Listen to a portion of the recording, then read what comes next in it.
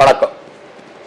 நேற்று குடியரசுத் தலைவர் உரைக்கு நன்றி தெரிவிக்கும் தீர்மானத்தின் மீது உரையாற்றிய பிரதமர் நரேந்திர மோடி எதிர்க்கட்சிகளுக்கு சக்தியே இல்லை, நாங்கள் 400 இடங்களுக்கும் அதிகமான இடங்களில் வெற்றி பெறுவோம் என்றும் 370 இடங்களுக்கும் அதிகமாக பாரதிய ஜனதா கட்சி வெற்றி பெறக்கூடிய சூழ்நிலையில் தான் இப்போது இருக்கிறது, எதிர்க்கட்சிகள் பார்வையாளர் மாடத்தில் தான் அடுத்த தேர்தலுக்கு பின்னர் அமர்வார்கள் என்றெல்லாம் அவர் கூறியிருப்பது அவருடைய அதீத தன்னம்பிக்கையா அல்லது உண்மையிலேயே கள நிலவரம் எவ்வாறு இருக்கிறது சார்? இல்ல, அதாவது வர நம்முடைய பாராளுமன்றத்திலே பேசுகின்ற நம்முடைய பிரதமருக்கு எங்கே பாராளுமன்றத்தில் எப்படி பேச வேண்டும், ஒரு தேர்தல் பொதுக்கூட்டத்தில் எப்படி பேச வேண்டும், கட்சியினுடைய செயல் வீரர்கள் கூட்டத்தில் எப்படி பேச வேண்டும், ஒரு பொதுக்கூட்டத்தில் எப்படி பேச வேண்டும் என்கிற வேறுபாடுகளே அவருக்கு தெரியவில்லை.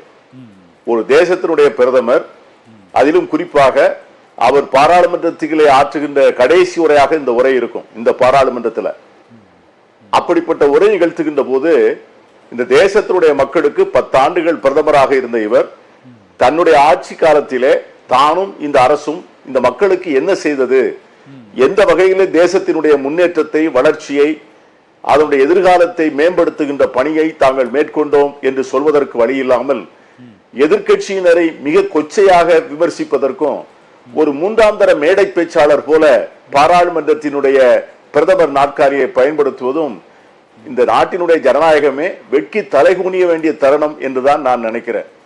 நான் ஒரு 4 பிரதமர்களை பாராளுமன்றத்திலே பார்த்திருக்கிறேன்.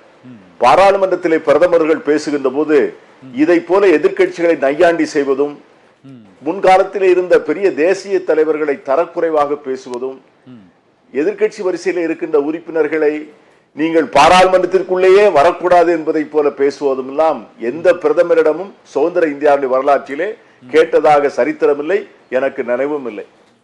ஆனால் நம்முடைய பிரதமர் முழுக்க அவருடைய உரையை நேற்று ஒரு மேடை பேச்சாளர் போல ஒரு அரசியல் பிரச்சார மேடையாக ஆக்கியிருக்கிறாரே ஒழிய ஒரு பாராளுமன்றத்திலே குடியரசுத் தலைவருடைய உரையின் மீது நடக்கின்ற விவாதத்தின் மீது, அவருக்கு நன்றி தெரிவிக்கின்ற தீர்மானத்தின் மீது பதிலுரைக்கின்ற ஒரு உரையாக அவர் உரை இல்லை என்பதுதான் உண்மை. அவர் மனமாற அப்படி நினைக்கலாம். அதாவது இந்த நாட்டிலே இதுவரும் உட்கார்ந்திருந்த பிரதமர்கள் எல்லோரும் எதிர்கட்சி வரிசையில் இருக்கின்றவர்கள் மிக வலுவானவர்களாக இருக்க வேண்டும், எதிர்கட்சி வலுவான கட்சியாக இருக்க வேண்டும், அப்பொழுதுதான் ஜனநாயகம் செம்மையாக இருக்கும் என்று எதிர்பார்த்து அரசியல் நடத்தியவர்கள். ஆனால் இவர்தான் எதிர்கட்சிகளே இல்லாத ஒரு ஜனநாயகத்தை பார்க்க வேண்டும் என்று ஆசைப்படுகிறார். காங்கிரஸ் இல்லாத பாரதம், கம்யூனிஸ்ட் இல்லாத இந்தியா, கழகங்களே இல்லாத தமிழகம் என்று எதிர்கட்சியினர் யாருமே இந்தியாவில் இருக்கக்கூடாது, ஒரே நாடு, ஒரே மக்கள், ஒரே தேர்தல் என்று சொல்வது போல ஒரே கட்சி என்கிற அடிப்படையிலே தான் அவர் பேசுவதாக நான் உணர்கிறேன். அதை இந்த நாட்டு மக்கள் நிச்சயம் ஏற்றுக்கொள்ள மாட்டார்கள். தேர்தலுடைய முடிவுகள் அவருடைய நீண்ட கால இந்த எதேச்ச அதிகாரத்திற்கு ஒரு இறுதி முற்றுப்புள்ளி வைப்பதை போன்ற ஒரு சூழ்நிலையை நிச்சயம் ஏற்படுத்தும்.